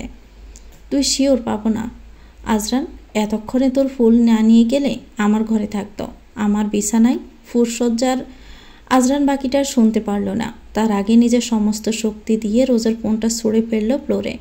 এতটাই জোরে মারা হলো যে ফোনটা কয়েক টুকরো হয়ে গেল। রোজ বিস্ময় নিয়ে তাকালো, আজরান চোখ মুখ লাল করে রাগে চোয়াল শক্ত করে থাকতে দেখে সে দ্রুত ফোন হাতড়াতে নিয়ে বলল, ফোনটা ছুঁড়ে মারলেন কেন? ওটা আমার ফোন ছিল, ভেঙেই গেল। আজরান দাঁতে দাঁত চাপে, তার সায়ানের উপর না যতটা রাগ হচ্ছে তার চেয়ে বেশি রাগ হচ্ছে রোজের উপর। ও কেন শেষ 6 মাসে সায়ানের সাথে গুড় করেছিল, প্রেম প্রেম রং ঢং দেখালো, বিয়েতে রাজি হলো কেন ও? আজরানকে 6 মাসে এসব দেখে কতটা যন্ত্রণা পোহাতে হয়েছে রোজ কি জানে? রোজকে যতটা না অপমান করে শান্তি পেত তার চেয়ে বেশি হাজার গুণ যন্ত্রণা হতো যখন রোজ আর সায়ানকে একসাথে সে দেখত। আজরান রাগ পুষতে পুষতেই বলল, ওটা তোর কাছে তোর ফোন বলেই ছুঁড়ে মেরেছি আমি। 6 মাস তুই আমাকে দেখিয়ে দেখিয়ে ওই বেইমানের সাথে ঘুরেছিস রোজ, প্রেম দেখিয়েছিস, ওকে বিয়ে করতে গিয়েছিলি, আমি কিন্তু কিচ্ছু বলিনি, কিচ্ছু না। রোজ আবারে উত্তর করল, আমার রাগ আমার উপর মেটাবেন, তা না করে আমার ফোন ভেঙে কেন ফেলবেন? আজরান বহু কষ্টে রাগ সামলালো যেন, লালাভোর দৃষ্টি জোড়া নিয়ে সে রোজকে বলল, আমার ইচ্ছে হচ্ছে তোকেই আষাঢ় মারি, আমার হয়ে তুই অন্য কাউকে ভালোবাসতে গিয়েছিলি রোজ, আমায় শুনতে হচ্ছে তুই তাকে ভালোবাসিস, এমন বিচ্ছিরি কথা শোনার ধৈর্য আমার না হোক। কথাটা বলে আজরান ফের বসে উঠল, বলল, আজ এতক্ষণে তুই ওই বেইমানটার সাথে এক বিছানায় থাকতি, আই এম শিওর আমাকে তুই কখনোই ভালোবাসিসনি, শুধু আবেগে বেসেছিলি। রোজ নীরব চাহনিতে তাকালো এবারে, ভালোবাসিনি, আসলে কি ভালোবাসিনি? রোজ কতই পুরুষের পিছু পিছু ঘুরেছে, তখন আজরান তাকে এতটাও প্রেম নজরে দেখত না, কিংবা ওর প্রেম নজরটাকে কখনো খুব বেশি পাত্তাও দেয়নি, তবে অধিকার বোধ খাটিয়েছে সর্বদাই। আজ যেমন অন্য ছেলের সাথে মানতে পারছে না, তেমনি আগেও অন্য ছেলের সাথে তাকে আজরান মানতে পারত না। কত শাসান্ত এ নিয়ে রোজ আনমনেই হাসলো যেন, তারপর আজরানের দিকে চেয়ে বলল, আবেগ এবং ভালোবাসা আমি বুঝি আজরান ভাই, প্রশ্ন তুলবেন না আমার ভালোবাসা নিয়ে। এটুকু বলে রোজ সুরসুর করে বেলকনিতে চলে গেল। অন্ধকার, তবুও রাস্তার সোডিয়াম আলোতে এবং রুম থেকে আসা আলোতে অনেকটাই বোধগম্য। রোজ হাতড়িয়ে ওখানে থাকা টুলটায় বসতে নিলে হাতে পেল একটা অ্যান্টি কাটার, সম্ভবত বেলকনির গাছগুলোর কাজের জন্য রেখেছিল। রোজ ওটা হাতে নিল, এরপর টুলটায় বসে অ্যান্টি কাটার দিয়ে দেওয়ালে আঁক বসাতে থাকলো। ভাবতে লাগলো জটিল ভাবনা, জীবন এত জটিল কেন? এত জটিলতা তো সে চায়নি, সত্যি চায়নি, তবুও তার জীবনটা ক্রমশই জটিল হচ্ছে, ক্রমশই এক অস্পষ্ট ঘূর্ণিপাকে ঘুরছে সে। রোজ দীর্ঘশ্বাস ফেলে। ফুলে ফুলে সজ্জিত ঘরটা তাদের ভাসর ঘর হলেও রোজ ওভাবেই সারা রাত বসে থাকলো বেলকনিতে। চোখে তার ঘুম নেই, নির্চুপ বসে থেকে সে ভেবে বেড়াচ্ছে সকালটায় কি হতে যাচ্ছে। তার বাবা যে হাত গুটিয়ে বসে থাকবে না এমনটা তো নয়। বাবাই সত্যটা জানার পর যে কি করবে, তাকে ঘৃণা করবে। অথচ রোজ এটা অস্বীকার করতে পারে না যে রোজ আজরানকে ভালোবাসে, সত্যিই ভালোবাসে। শেষ 6 মাস তাকে যেখানে পেয়েছে সেখানেই আজরান অপমান করেছে, কষ্ট দিয়েছে বিভিন্নভাবে। অথচ তবুও রোজ আজরানকে ভুলতে পারল না। সায়ানের সাথে বিয়ের আসরে বসার আগ পর্যন্ত রোজ কেঁদেছে। এমনকি এই 2 বছর প্রত্যেকটা দিন সে কেঁদেছে শুধুমাত্র আজরানকে পাবে না বলে। আজ যখন পেল তখন এত কেন ভয় হচ্ছে ওর? আজরানকে কেন স্বাভাবিকভাবে নিতে পারছে না? 6 মাসের আজরানের করা অপমানগুলোই বা কেন বলতে পারছে না? রোজ দীর্ঘশ্বাস ফেলে, চোখ বুজে নিতে জল গড়িয়ে পড়ল তার গালে। তারপর কখন যেন চোখ লেগে এলো সে নিজেই বুঝতে পারল না। আয়শান ক্লান্ত, সারাদিনের সব সামলে সত্যি ক্লান্ত। ঘুম পাচ্ছিল একটু আগ অব্দিও, অথচ বউয়ের করা একটু আগের সব প্রশ্ন তার ঘুম ওড়াতে যথেষ্ট। আয়শান জানে তুলিকেও আজও হয়তো কেউ কিছু বলেছে। কেউ বলেছে, সাসি নাকি অন্য কেউ? আয়শান ভেবে ভেবে সে বউয়ের ঘুমন্ত মুখটার দিকে চেয়ে থাকে। তারপরে এই আদুরে মুখটা দেখে সে আনমনেই হাসে। এই শান্ত লক্ষ্মী মেয়েটা তার বউ, এটা ভাবলেই তার মনটা ফুরফুরে লাগে, অদ্ভুত শান্তি যেন। তুলি কি জানে আয়শান তাকে কবে থেকে চেয়েছিল, কবে থেকে ছোট্ট মেয়েটাকে সে ভালোবেসেছিল? অথচ এই বোকা লক্ষ্মী মেয়েটি মনে প্রাণে বিশ্বাস করে আয়শান তাকে ভালোবাসে না, শুধুমাত্র প্রয়োজন মেটাতে বিয়ে করেছে, তাকে শুধুমাত্র খেলার অংশ হিসেবে ব্যবহার করেছে। আয়শান দীর্ঘশ্বাস ফেলে, বউয়ের আদুরে মুখটা নিজের 2 হাতের আজলায় নিয়ে আলতো করে চুমু খায় কপালে। সুদাই, আমি তোকে কখনোই বোন হিসাবে দেখে আসিনি তুলি। বাকি সবাইকে আমি বোনের মতো স্নেহ করেছি, ভালোবেসেছি, অথচ তোকে দেখেছি ভিন্ন নজরে। তুই সেটা বুঝতে পারলি না। নিজেকে এতটা অযোগ্য কেন ভাবিস তুলি? অথচ তোকে পাওয়ার দুশ্চিন্তায় এই আয়শান কত রাত যে ঘুমায়নি। আর তুই ভাবিস তুই আমার অযোগ্য? তুই বোকা। বিয়ের 2 বছরেও বুঝলি না আমি তোকে ভালোবাসি। শুধু ভেবেই গেলি আমি তোকে অপরাধী বানিয়েছি। তোকে অপরাধী বানিয়েও যদি তুই আমার হোস, তো অপরাধী বানানোতে ক্ষতি কী বল? তুই হয়তো জীবনটা অন্য কারোর সাথে মানিয়ে নিতি, অন্য কারোর খুব শান্ত লক্ষ্মী বউ হয়ে যেতি। কিন্তু বিশ্বাস কর, আমি তোকে না পেলে সত্যি তছনছ করতাম সব। আমার তোকে লাগতোই ওই সময়। আম্মু আব্বু আমায় যেভাবে ডেজির দিকে ঠেলে দিচ্ছিল, ওই মুহূর্তে আমার তোকে বিয়ে করে নেওয়াটাই ভালো সিদ্ধান্ত বলে মনে হয়েছিল তুলি। অথচ তুই এখনও বুঝলি না। আজরান সারা রাত রাগে হাঁসফাঁস করেছে, রুমে পায়চারি করেছে।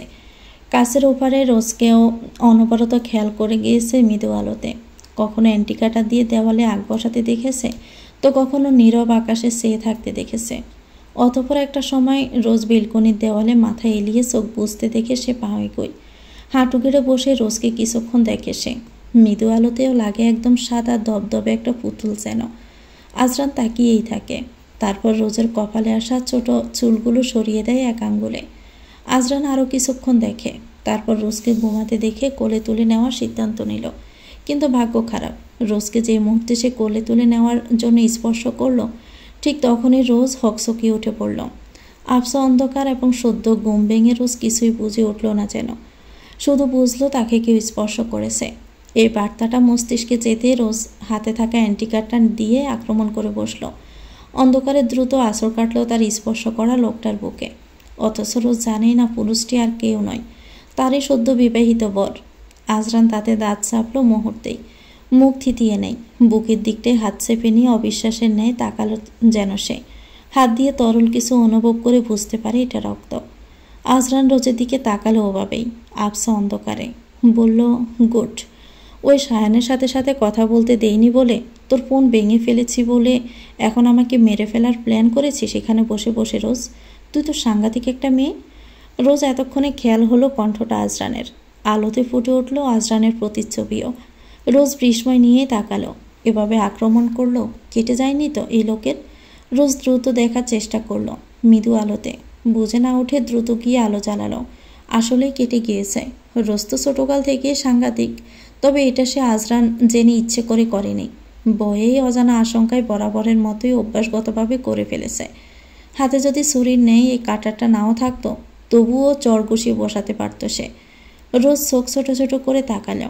হাত বাড়িয়ে আজরানের বুকের বাঁ পাশটা দেখতে চেয়ে বলল, দেখি, রক্ত তো বেরিয়ে গেল, হাত সরান। আজরান হাত সরায় না, ডোন্ট কেয়ার ভাব নিয়ে একপাশে বসে বলে, নিজে আঘাত করে নিজেই আবার ঢং করছিস? তোর মনে মনে যে আমায় খুন করার প্ল্যান, এটা তো আমি মোটেও আন্দাজ করিনি। এতটা সাংঘাতিক তুই? রোজ তাকালো, শান্তভাবে বলল, ওটা আপনি জানলে আমি আঘাত করতাম না। দেখান বলছি। আজরান দেখালোই না, বরং বাচ্চাদের মতো করে বলল, দেখাবো না।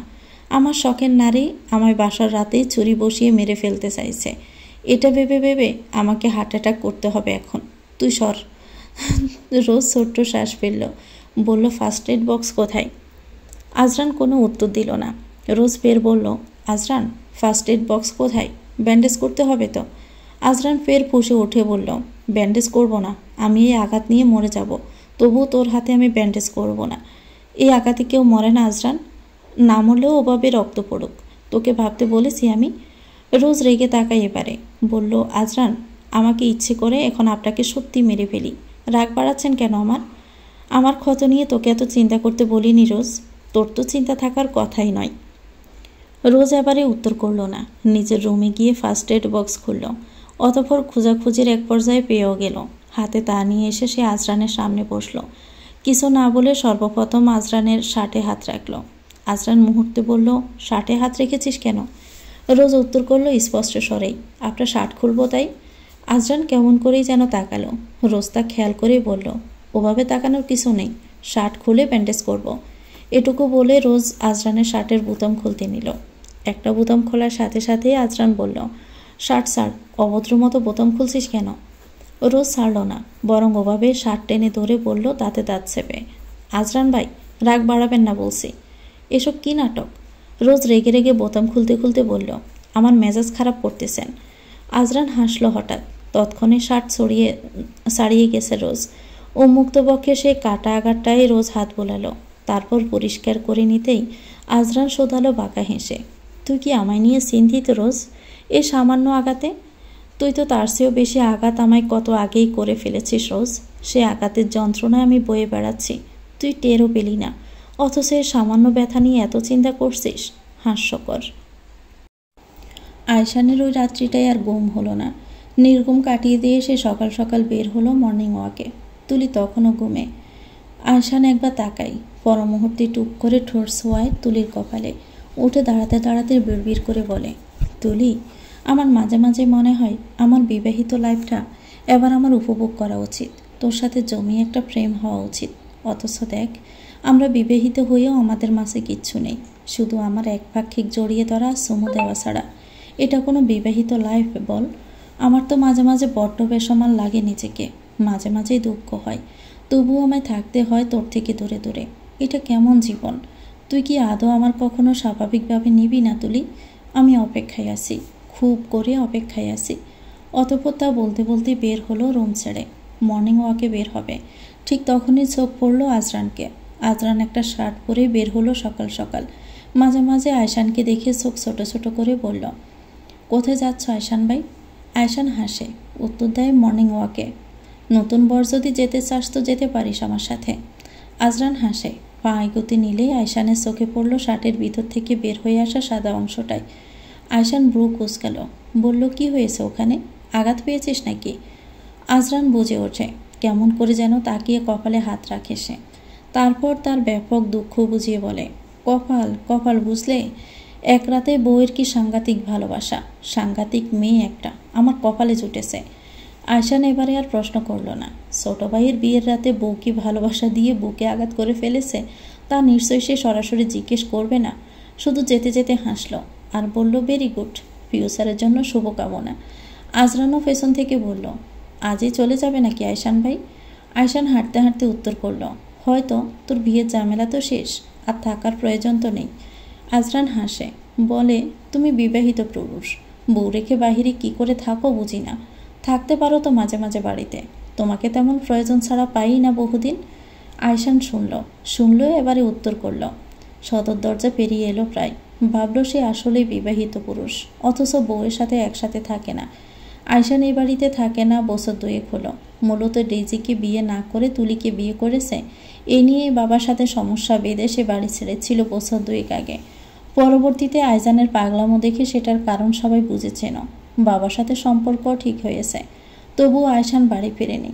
তার পেছনে অবশ্য যুক্তিযুক্ত কারণটা তুলিকে সে বিয়ে করেছে ঠিক, তবে আর 5টা স্বামী স্ত্রী সম্পর্কের মতো স্বাভাবিক নয় তাদের সম্পর্ক। আয়শান ইন্ট্রোভার্ট ধরনের কিছুটা, আজরান আইজানের মতো নয়। মুখে ভালোবাসি প্রকাশ করাটা বিশ্বাস করেনি কখনো সে। অন্যদিকে তুলিও বিয়ের দিন থেকে মনে প্রাণে বিশ্বাস করেছে কেবল এটাই যে আয়শান তুলিকে টোপ হিসাবে ব্যবহার করেছে, আর কিচ্ছু নয়। সে আয়শানের যোগ্য নয়। আয়শান তাকে বিয়ে করে সবার কাছে কেবল খারাপ বানিয়েছে, এটুকুই। আয়শানও আর এই ব্যাপারটা চড়াও করেনি। এখন যদি সে মুখে ভালোবাসি বলেও তাও তুলির কাছে হয়তো বিশ্বাসযোগ্য হবে না। ভাববে আয়শান মিথ্যে বলছে। তুলিকে সে ছোট থেকে স্নেহ করেছে, স্নেহ থেকে ভালোবাসা জন্মেছিল, ছোট থেকে শাসনও করেছে। বাড়ির সবার সাথে সাথে তুলির চোখেও নিজেকে একজন আদর্শ চরিত্র হিসাবে ধরে রেখেছিল আয়শান। অসম্ভব সমীহ করে চলত আয়শানকে সে। আর সেই তুলির চোখে আজকাল যখন এক বিষণ্ণ নীরবতা আয়শান খেয়াল করে ওঠে, তখন তার দুঃখ হয়, নিজেকে দায়ী মনে হয়। আয়শান তুলিকে এই সম্পর্কে যেমন স্ত্রী হিসাবে কখনো জোর করেনি, তেমনি এই মেয়েটি সে ব্যতীত অন্য কারণ না হওয়ারও এক নীরব হুমকি যেন তার চোখে মুখেই থাকে। আয়শান হাসে। সে জানে না তুলি আদৌ স্বাভাবিকভাবে সম্পর্কটা নেবে কিনা কখনো। কখনো সে সত্যি তুলির চোখে আর 10 জন স্বামীর মতো প্রেমিক হয়ে উঠতে পারবে কিনা। তবে দিন শেষে তুলি তার হয়েই তো আছে, এটুকুই যথেষ্ট। আয়শান এগোলো। অতঃপর পুরো সকালটা সে বেশ সময় ব্যয় করে হাঁটে। হাঁটতে হাঁটতে একটা সময় নিজের বাসার কাছেই চলে এলো। এই মিনিট 20 দূরত্ব বলতে গেলে তাদের বাড়ি থেকে। আয়শান এবার বাসায় উঠবে ভেবেই ফের মনে হলো তুলিকে বলে আসা হয়নি। আয়শান আবার ফিরতে হলো বাড়িতে। অথচ যার জন্য ফিরল তাকে সে রুমে পেল না। এতটুকু পথ হেঁটে এলো। ভাবালো তুলি তাকে গরম গরম ধোয়া ওঠা 1 কাপ কফি এগিয়ে দিবে, অথচ তার হলো না। তুলিকে দেখাও গেল না। তো আয়শান বেলকনিতে গেল তুলিকে পাবে বলে, অথচ ওখানেও তুলিকে পেল না সে। আয়শান ব্রু কুঁচকাল। পর মুহূর্তে কিচেনের দিকে পা এগোলো সে। তুলি নিশ্চয়ই ওখানে থাকবে, অথচ ওখানেও পেল না। আয়শান দীর্ঘশ্বাস ফেলে। ছোট আম্মু হঠাৎই আজরানের আম্মুকে কিচেনে দেখে দাঁড়ালো। গম্ভীর গলায় বলল, ছোট আম্মু, তুলি কোথায়, দেখছি না তো। আয়শানের ফুফি কেমন করে যেন চাইল। আয়শান ফুফির দিকে তাকিয়ে থমকালো। হঠাৎই কিছু মনে পড়েছে এমন ভঙ্গিতে বলে, ফুফি তোমার সাথে কথা ছিল, তুমি কি আবারও তুলিকে কিছু বলেছ? ও আমার বউ হওয়ার অযোগ্য, এটা বলে কিছু বলেছ আমার ওকে? অতীতে আয়শানের ফুফি এমন করেছিল। তুলি আয়শানকে না বললেও কোনোভাবে তা আয়শানের কানে গিয়েছিল। অথবা সে এক তুলকালাম কাণ্ড হয়ে গেল আয়শান খানের বউকে কথা শোনানোর জন্য। আয়শানের ফুফি নাক মুখ কুঁচকে বলল, আমি কেন ওকে কিছু বলতে যাব? এর আগে তুমি তো ওকে কথা শোনাতে ফুফি। আমি তোমার ব্যাপারে নিশ্চিত নই, তাই জিজ্ঞেস করলাম। আয়শানের ফুফি মুখ ভেঙিয়ে বলল, একটা ঢং করিস আয়শান, এ বাড়িতে বোধ হয় আর কেউ বিয়ে করেনি। তোর বই কেবল আদরে, যে ওকে কেউ কথা শোনাতে পারবে না। আর ও তোর বউ হওয়ার আগে থেকেই আমাদের পরিচিত। যেদিন এইটুকু থাকতে এ বাড়িতে এসেছে ওই দিন থেকে ওকে দেখছি। ওকে আমি আগেও কথা শুনিয়েছি, হয়েছে কি তাতে? ওকে কথা শোনাতে পারবো না আমরা? কথা শোনালেই কি বরের কানে ফিসফিস করতে হবে? ও ভাবে কি তোকে বিয়ে করে ও রাজরানী হয়ে গিয়েছে? আয়শান শান্ত, অথচ দৃঢ় চোখে তাকালো। গম্ভীর গলায় বলে, ও মোটেই আমার কাছে ফিসফিস করেনি ফুফু। ফিসফিস না করলে কথাগুলো তুই অবধি যেত নাকি? বুঝি নাকি আমরা? নাকি সংসার আমরা করি না? তুমি বোধ হয় ওকে সহ্যই করতে পারো না ফুফি, তাই না বলো? এটুকু বলে আয়শান বের হয়ে এলো। এভাবে জিজ্ঞেস করব খোঁজ করতে হয় না তার, খবর এমনিতেই পায় সে। তবুও ফুফিকে দেখে মনে হলো জিজ্ঞেস করা উচিত, তাই তো করলো। আয়শান ছোট্ট শ্বাস ফেলে। তারপর বাড়ির ছোট সদস্যদের একটু জিজ্ঞেস করতে পটপট করে সব জানতে পারল সে। আয়শান দীর্ঘ শ্বাস ফেলে। বিয়েটা সে করেছে, অথচ এতে বারবার কষ্ট পাচ্ছে তুলিয়ে। আয়শানের আম্মু যে তাকে মেয়ের মতো করে বড় করলো, সে অবধি এখন তুলির সাথে কথা বলে না। তুলির জীবনটাটা সে সত্যি কষ্টকর করেছে। আয়শানের অসহায় লাগে। তুলিকে একবার বলেছিল তার সাথে আলাদা থাকবে কিনা। তুলি মুহূর্তে নাকচ করেছে। আয়শান গম্ভীর হয়েই ভাবে। বহুক্ষণ বাবার পর টের পায় যে তুলি এসেছে। পা চালিয়ে রুমের দিকে যাচ্ছে। আয়শান হঠাৎ ডাক দিল, তুলি। তুলি শুনতে পেল না বোধ হয়। ওভাবে পা বাড়াতে নিতে আয়শান ফের বলে, আমি ডাকছি তুলি। তুলি তাকায় আসমকা গম্ভীর স্বর শুনে হকচকিয়ে বলে, কিছু বলবেন আয়শান ভাই? আয়শান প্রশ্ন ছুড়ল, কোথায় গিয়েছিলি? তুলি চুপ থাকে কিছুক্ষণ। আয়শান আবারও বলল, উত্তর দে। তুলি এবারে নরম গলায় বলল, একটু মায়ের কবরে গিয়েছিলাম, দেরি হলো একটু। কোথাও গেলে বাসায় বলে যাবে। কয়বার বলেছি তোকে কথাটা? এভাবে হুটহাট না পেলে মানুষজন চিন্তা করবে না? তুলি হেসে বলল, না বলে কোথায় পা যাব? যাওয়ার জায়গা আছে আমার যে আপনাদের নাম বলে কোথাও পালিয়ে যাব আমি? তাছাড়া আমি কখনোই পালিয়ে যাব না আয়শান ভাই। আপনারা আমার দায়িত্ব নিয়েছেন, বড় করেছেন, কোনো দিকে অপূর্ণতা রাখেননি। এত সুযোগ সুবিধা ছেড়ে চলে যাব? এসবেতে জুটত না আমার কপালে কখনো। ভাগ্যিস আপনারা আমার দায়িত্ব নিয়েছিলেন। তুলি কি নিজের প্রতি একরাশ অবহেলা নিয়ে কথাগুলো বলল? আয়শান ফের বলল, কেউ বলল জুটত না? তুলি হেসে বলে, এতিমদের ভাগ্য অত ভালো হয় না আয়শান ভাই। এতিমরা আপনার মতো ভালো বড় পায় না। আমি ভাগ্যবশত কিভাবে যেন পেয়ে গেলাম একটা স্বপ্নের মতো বাড়ি, আব্বু আম্মু, এতগুলো আপন মানুষ। আয়শান এবার হাসল, বলল, আমাকে পেলি না? এই যে 2 বছর আগে নিজেকে তোর নামে লিখে দিলাম। লিখে দিলেই যদি পাওয়া হয়ে যেত, তবে ভালোবাসা ছাড়াও স্বামীর মন না পেয়েও অহরহ এত সংসার টিকে থাকতো না আয়শান ভাই।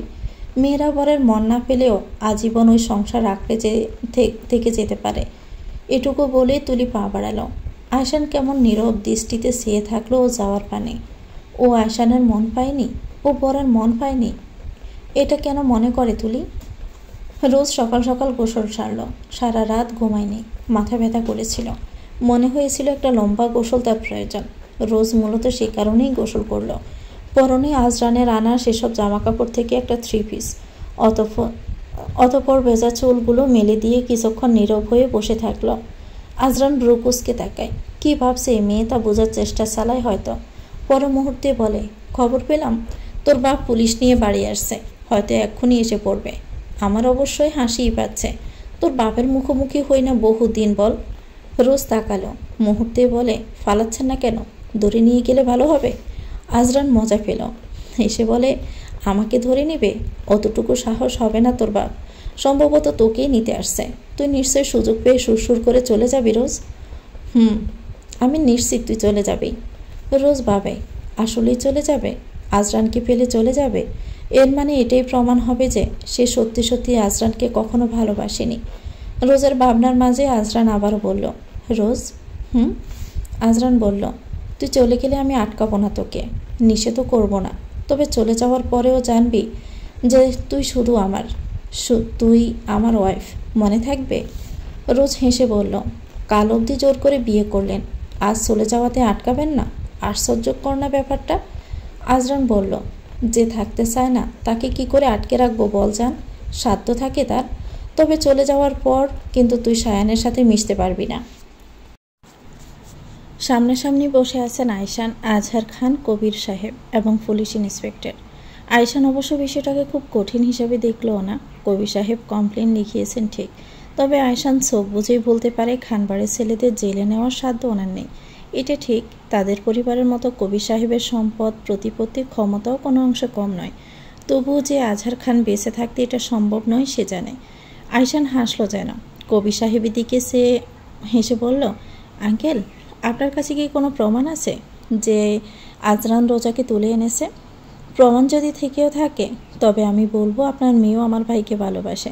সে জেনে বুঝে বিয়ে করেছে, আমরা তাকে মোটেও জোর করিনি আঙ্কেল। কবির সাহেব তেতে উঠলেন। আয়শানকে উনি মোটেও সহ্য করতে পারেন না। বড় মেয়ে ডেইজিকে উনি একটু বেশি ভালোবাসেন, যার দরুন আয়শানের প্রতি জন্মেছে তার এক অদৃশ্য ক্ষোভ, রাগ। কবির সাহেব রেগে ফেটে পড়ে শোনালেন, তুমি চুপ করো আয়শান, আমি তোমার সাথে কথা বলছি না বেয়াদব ছেলে। আমার বড় মেয়ের জীবনটা তুমি শেষ করেছ ওই কোথাকার কোন তুলে আনা এতিম মেয়েটাকে বিয়ে করে। আমার ডেইজির কোনো দিক দিয়ে পোষাবে না সেই মেয়ে। আয়শান এবার রেগে চল শক্ত করেই চাইল। শক্ত কণ্ঠে বলল, কালো বলেছেন, আমি ছিলাম না বলে কিছু বলিনি, কিন্তু আজ আমার সামনে আমার বউকে ছোট করে কথা বলবেন না, তা তো আমি মেনে নিব না। ও কোথাকার কোন তুলে আনা মেয়ে নয়, আয়শানের স্ত্রী। মনে রাখবেন এটা। পরবর্তীতে ওকে ছোট করে কথা বলার আগে এটা মনে রাখবেন অবশ্যই। এখন ছোট ভাইয়ের শ্বশুর বলে সম্মান দেখাচ্ছি, রোজ আর ডেইজির বাবা বলে সম্মান দেখাচ্ছি, আমার বাবার বন্ধু বলে সম্মান দেখাচ্ছি, পরবর্তীতে কিন্তু দেখাবো না। কবির সাহেব পেট তেতে উঠলেন। আজহার খান বলে উঠলেন, আজহার, তো ছেলেকে এমন বেয়াদব বানিয়েছিস? বউয়ের হয়ে সাফাই গাইছে ও। আয়শান উঠে দাঁড়ালো, বলল, মনে হচ্ছে আপনার আসলেই সম্মান পেতে ভাল লাগছে না আঙ্কেল, অসম্মান করতে বাধ্য করবেন না আমাকে। কবির সাহেব দাঁতে দাঁত চাপলেন, বললেন, বেয়াদব ছেলে, আমার বড় মেয়ের জীবনটা শেষ করে এখন ছোট মেয়ের জীবন শেষ করতে উঠতে পড়ে লেগেছ। আয়শান ছোট শ্বাস ফেলল, কণ্ঠ শান্ত রেখে বলার চেষ্টা করল, ছোট মেয়ের জীবন নষ্ট করতে আপনি উঠে পড়ে লেগেছিলেন আঙ্কেল। খুব তো রাগ পোষেন বড় মেয়ে ভালোবেসেও আমায় পেল না বলে। তো ছোট মেয়ে যে আজরানকে ভালোবাসত তা কি জানতেন না? জেনে বুঝে অন্য ছেলের সাথে বিয়ে দিতে কেন যাচ্ছিলেন? সুখে থাকতো তখন আপনার ছোট মেয়ে? কবির সাহেব রাগে ক্ষোভে বললেন, আজহার, তোমার ছেলেকে সাবধান করো। ওর ভাগ্য ভালো যে ওকে আমি জেলের ভাত খাওয়াইনি 2 বছর আগে ঘটে যাওয়া ঘটনার কারণে। আজহার খান বিষয়টা মেটাতেই চাইলেন, মিটিয়ে নেওয়াই তো ভালো। যেভাবেই হোক ছেলে মেয়ে দুটো বিয়ে তো করে ফেলেছে, এখন 2 পরিবারের সম্পর্কটা ঠিক করে ফেলাই তো ভালো।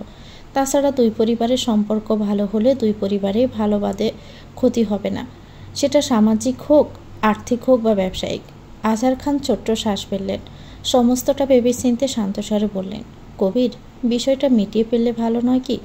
আগেরবারও আমরা আলোচনায় বসতে চেয়েছিলাম, ডেজির সাথে আইজানের বিয়েটা হোক চেয়েছিলাম, অথচ তুই তো তা করলি না, সম্পর্ক শেষ করলি, ডেজিকে অন্য জায়গায় বিয়ে দিয়ে দিলি।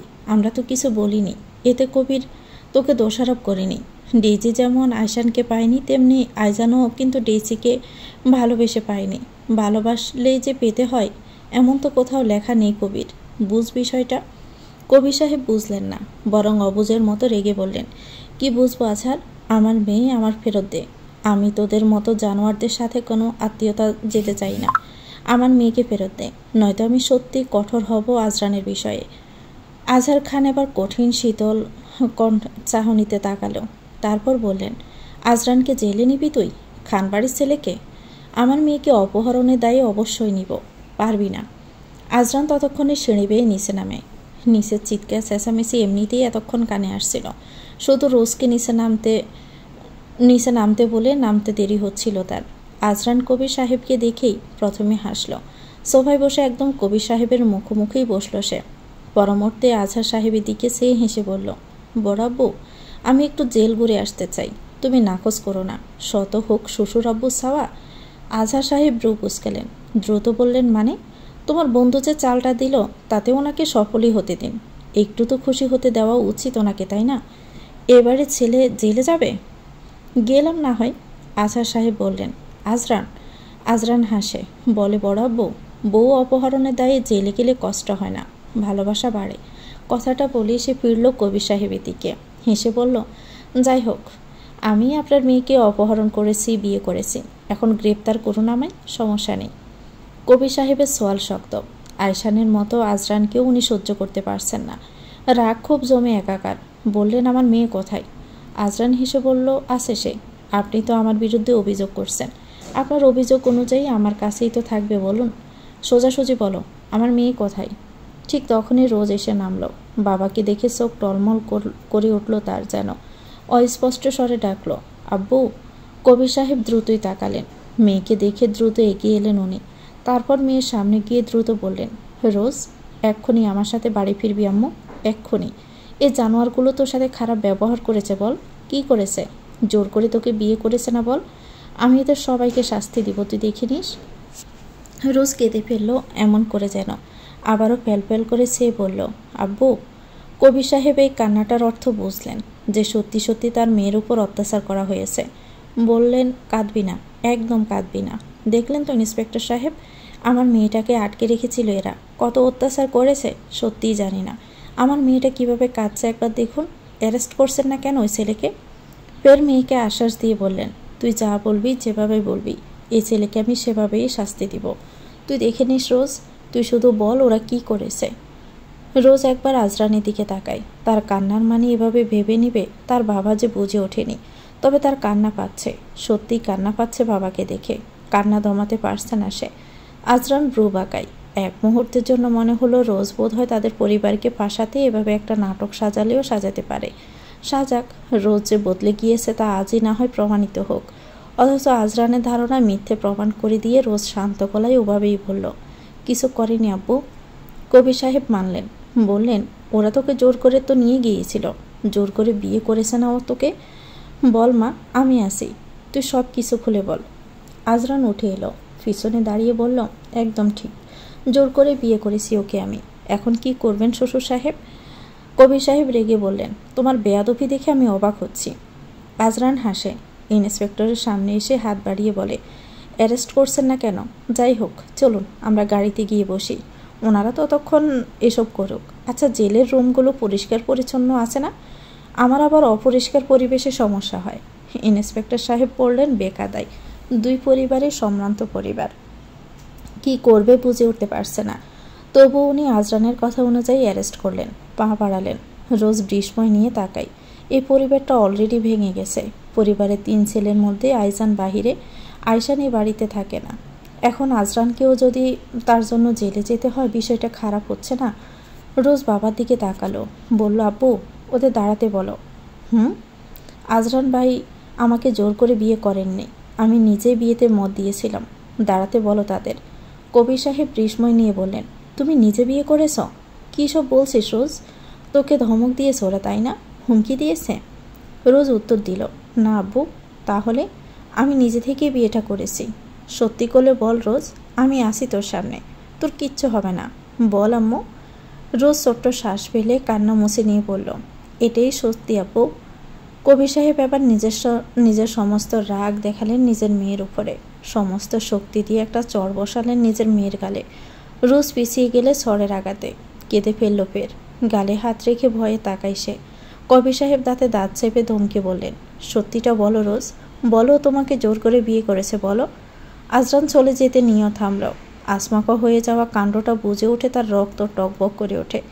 এগিয়ে এসে বলল, আপনি ওর গায়ে হাত তুললেন কেন? মারলেন কেন ওকে? বলুন কেন মারলেন? রোজ তাকালো, শক্ত স্বরে আজরানকে বলল, আজরান, আমার আর আব্বুর মাঝে কথা বলার অধিকার আপনার নেই। কবির সাহেব মেয়ের এই শক্ত স্বরটা শুনে যেন প্রসন্ন হলেন, তবুও ফের শক্ত স্বরে মেয়েকে জানালেন, তুমি আমার সাথে ফিরবে এখন রোজ, আর কোনো কথা বলবে না, কোনো কথা শুনতে চাই না। রোজ এবারে শান্ত চাহনিতে তাকায় তার বাবার দিকে। তার গাল বেঁচা, চোখ লালাপ, এক গালে স্পষ্ট 5 আঙ্গুলের ছাপ, কিছুটা লালচে হয়ে উঠেছে তা, এমনকি স্বরের দরুন বোধহয় ঠোঁটের কোনাটাও একটু কেটেছে। রোজ ছোট্ট শ্বাস ফেলে বাবাকে বলল, ফেরার মানে তো এই যে আমাকে আজরান জোর করে বিয়ে করেছে, তাই না আব্বু? তার বাবা বললেন, হ্যাঁ, এবং তুমি আমার সাথেই ফিরবে। রোজ আসমকাই বলল, আমি ফিরবো না আব্বু, উনি আমায় জোর করেননি, আমি নিজেই বিয়ে করেছি। তুই এসব কি বলছিস? তুই এই জানোয়ারদের হয়ে কথা বলছিস রোজ? তোর আপুর কি অবস্থা তুই চোখে দেখে আসিসনি? কি করে পারছিস ওদের পক্ষ নিতে? রোজ মিথ্যে বলতে পারল না, বলল, ওনারা সত্যি আমার সাথে কোনো খারাপ ব্যবহার করেননি আব্বু, বরং স্নেহ দিয়েছেন। আমি ওনাদের বিপক্ষে কি করে যাব বলো? কবির সাহেবকে পেটতে এলো খালি হাতে। মেয়েকে তিনি নিতে পারলেন না, আর না তো মেয়ের স্বীকারোক্তির কারণে আজরানকে জেলে নিতে পারল। আজরান এই নিয়েই মজাই পেল, তবে বউয়ের এমন কাটকাট হয়ে বসে থাকা দেখে সে ছোট শ্বাস ফেলে। গালে লাল হয়ে ওঠা 5 আঙ্গুলের চাপে হাত বুলায় সে। পর মুহূর্তে ঠোঁটের কোনায় অল্প একটু জমাট রক্ত দেয়। আজরান ছোট শ্বাস ফেলে, 2 হাতে রোজের মুখটা আগলে ধরে আচমকাই চুমে দিল কপালে। রোজ নিশ্চুপ। আজরান ফের কপালে ঠোঁট ছুঁয়ে বলে, আমার জান কত বড় হয়ে গিয়েছে রোজ, আমায় সেভ করতেও শিখেছে। আজ অন্তত বলবি না যে তুই আমায় এখনও ভালোবাসিস না জান। আমি জানি বাসিস। রোজ কেবলই আজরানেরই। রোজ হ্যাঁ শুনল, তবে কোনো উত্তর দিল না। ভেবে গেল কেবল বাবার কথা। সে কি বাবাকে কষ্ট দিল? বাবা কি কষ্ট পেল? হ্যাঁ পেল তো। বাবার দাম্ভিক মুখটা সবার সামনে চুপসে হয়ে গিয়েছিল চলে যাওয়ার সময়। আচ্ছা, এই সিদ্ধান্তটা নেওয়ার কারণে ভবিষ্যতে কি তার কিসের সম্মুখীন হতে হবে তাকে? বাবা মাকে সে আর আগের মতো কি পাবে কখনো? এ বাড়িতে বাবা তাকে ঢুকতে দিবে কখনো? বাবার ভালোবাসা পাবে সে আর কখনো? রোজ বুঝে ওঠে না, তার শূন্য লাগে। আজরান ততক্ষণে তার ঠোঁটের ওষুধ লাগিয়েছে।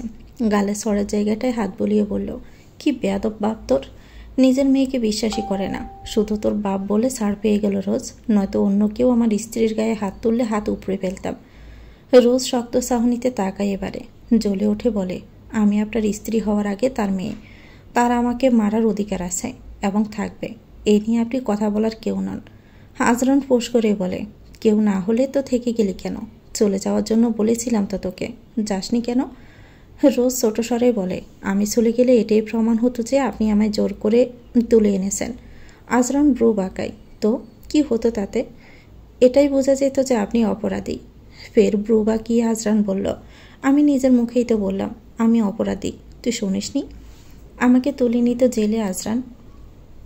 আপনাকে? আব্বু খুব রেগেছিল, আপনাকে সত্যি জেলে নিয়ে যেত। তাতে কি, তুই চাসনি আমায় জেলে নিয়ে নেওয়া হোক? শাস্তি তো আমার প্রাপ্য, তাই না রোজ? তোকে তুলে এনেছি বলে কথা। রোজ নির্বাক হয়ে তাকিয়ে রইল। আজরান হেসে বলল, তুই আমায় ভালোবাসিস এখনও জান, না চাইতেও প্রমাণ করে ফেলেছিস। রোজ এবারে অস্বীকার করল, বলল না। ব্রু বাঁকালো আজরান, বলে তবে?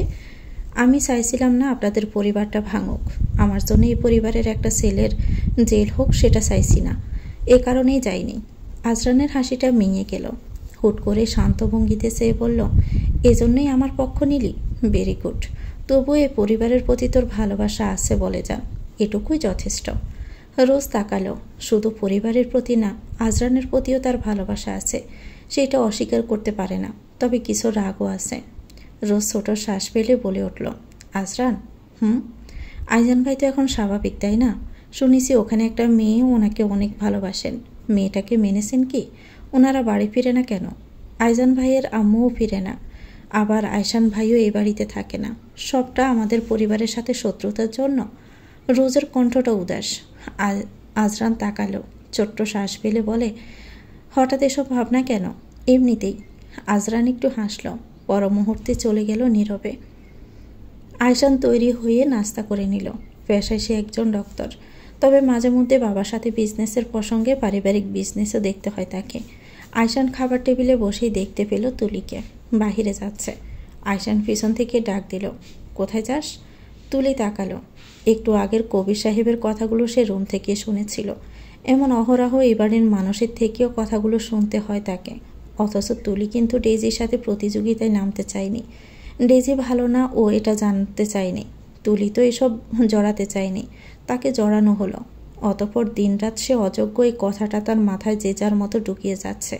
তুলির ক্লান্ত লাগে, কখনো কখনো মনে হয় এই বাড়ি ছেড়ে সে কোথাও পালিয়ে যাক, অথচ যাওয়ার মতো জায়গা তো তেমন তার নেই। তুলি ছোট করেই বলল, ভার্সিটিতে। আয়শান উঠে দাঁড়ালো, তুলির দিকে এগিয়ে এসে বলল, আমিও হসপিটালে যাব, একের সাথে যাওয়া যাক। তুলি এবারেও শান্ত গলায় উত্তর করল, অতঃপর পা এগোলো, বাহিরে দাঁড়ায়। আয়শান আসতেই আয়শানের সাথে সাথে গাড়িতে উঠল। তুলি বরাবরই চুপচাপ হলেও আগে তবুও আয়শানকে সমীহ করে কথাবার্তা বলতো, অথচ এখন তুলি নিজ থেকে কথা বললেও বলে অভিযোগ শোনাতে। আর বাকি সময় আয়শান যেভাবে যা বলে চুপচাপ তাই শোনে। শুধু আয়শান না, এ পরিবারে যে যাই বলুক না কেন তুলি চুপচাপই শোনে। আয়শান এই পরিবর্তনের জন্য নিজেকেই দায়ী করে। সে মনে প্রাণে চায় তুলিকে আগের মতো হয়ে যাক, আগের মতো। আয়শান গাড়ি চালাতে চালাতেই আসমুকে এই বিষয়ে বলল, তুলি, তুই কি স্বাভাবিক হবি না? তুলি তাকালো, উত্তর করল, স্বাভাবিক তো আছি আয়শান ভাই। আয়শান ছোট্ট শ্বাস ফেলে, স্বাভাবিক না। আয়শানের এই তুলিকে কোনোভাবেই স্বাভাবিক লাগে না। তুলি আগে অন্তত পরিবারের মানুষগুলোর সঙ্গে তো মিশত, এখন তো ওদের সাথেও তেমন মিশে না। মনে হয় এই পরিবারের কর্মরত, যে যা বলছে তাই করা, সবার প্রয়োজন বোঝা যেন ওর দায়িত্ব। আয়শান বহুবার বলেছে এই নিয়ে। তুলি হেসেছে বিনিময়ে প্রতিবারই। আয়শান এসব ভেবে ভেবে ফের বলল, কিন্তু কোথাও একটা আমার কাছে তোকে নিষ্প্রাণ লাগে। মনে হয় কেমন যেন এই বাড়িতে পড়ে থাকতে ইচ্ছে হচ্ছে বলে পড়ে আছিস তুই, যেন এই বাড়ি তোর আপন কেউ নেই। কেমন যেন আমাদের সকলের কথায় উঠবস করছিস, অথচ তুই এই বাড়ির একজন। যে কোনো কিছুতে তোর নিজের মতো কথা বলার অধিকার আছে তুলি, কারোর সাথে খুব একটা কথাও বলিস না। তুলি চুপই থাকলো এসব শুনে, তারপর কিছুটা সময় পর বলল, বুঝলাম। আয়শান দীর্ঘশ্বাস ফেলল। এতগুলো কথা বলার বিনিময়ে শুধু বুঝলাম কথাটা সে ডিজার্ভ করে। একটা সূক্ষ্ম রাগও হয় যেন, তবুও শান্ত স্বরে বলল, তোর এই নিখুঁত পরিবর্তনের পিছনে দায়ী আমি, তাই না? এখন বল, কি করলে সবটা স্বাভাবিক হবে? আমি চাই তুই আগের মতো হয়ে যা, একটা সুন্দর লাইফ লিড কর। তুলি হাসলো এবারে, বলল, আমি আগের মতোই আছি আয়শান ভাই, আপনি বোধহয় ভুলে যাচ্ছেন আমি ছোট থেকেই এমন। আয়শান এরপরে আর কিছুই বলল না। তার নিজের প্রতি রাগ হচ্ছে। আয়শান শান্ত ও গভীর মানুষ, কিন্তু খুব একটা রাগ প্রকাশ করে না। আজও রাগ প্রকাশ করতে পারল না সে। নিঃসুপে গাড়ি চালায়, অতঃপর অনেকটা সময় পর তুলির ভার্সিটির সামনে এসে গাড়ি থামালো। ঠিক এই মুহূর্তে এসে তার মনে হলো তুলিটাকে আবার কবে দেখবে জানে, আবার কবে বাড়ি যাবে কে জানে। সে বাড়ি যায় না তুলির অসুবিধা হবে বলেই। কোথাও গিয়ে আজকাল তুলিকে দেখলেই তার অসহায় লাগে, নিজেকে নিজের প্রতি রাগ হয়। তবু দিন শেষে তার এই মেয়েটাকে দেখতে ইচ্ছে করে। টিনেজদের মতো ভার্সিটির গেটে এসে দাঁড়িয়ে হলেও একবার এই মেয়েটার মুখ দেখতে ইচ্ছে করে, অথচ তা হয়ে ওঠে না নিজের ব্যক্তিত্বের কাছে হার মানলে। আয়শান তুলির দিকে তাকালো। নেমে যাচ্ছে ততক্ষণে তুলি। বলল, আসতে নাম। তুলি নামলো। আয়শান ফের বলল, আজ রাতে আর বাড়ি ফিরবো না, যাচ্ছি। তুলি জানে আয়শান বাড়ি এলেও 3-4 মাস পর কোনো প্রয়োজনে বাড়ি আসে, তারপর প্রয়োজন মিটলেই 1-2 দিন থেকে আবারও বাসায় ফিরে যায়। তুলি হেসে বলল, জানি তো। আয়শানের ইচ্ছে হলো আরেকটু কথা বলুক, আরেকটু কথা বাড়াক, কিন্তু কোনো কথা খুঁজে পেল না। কেবলই বলল, নিজের যত্ন নিস তুলি। তুলি বলল, আপনিও। আয়শান হাসলো এবারে। তুলি ততক্ষণে সামনের দিকে ফিরছে, হাঁটা শুরু করেছে। আয়শান তাকিয়ে থাকলো কিছুক্ষণ, অতঃপর একবার চোখ বুজে শ্বাস নিল। পর মুহূর্তেই গাড়ি এগোলো।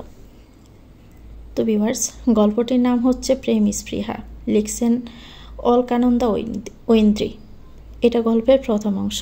পরবর্তী অংশ পেতে চ্যানেলটিকে সাবস্ক্রাইব করে আমার সাথে থাকবেন। ভিডিওটি ভালো লাগলে একটি লাইক দিয়ে দিবেন, কমেন্ট করে জানাবেন কেমন লেগেছে। আল্লাহ হাফেজ, আসসালামু আলাইকুম।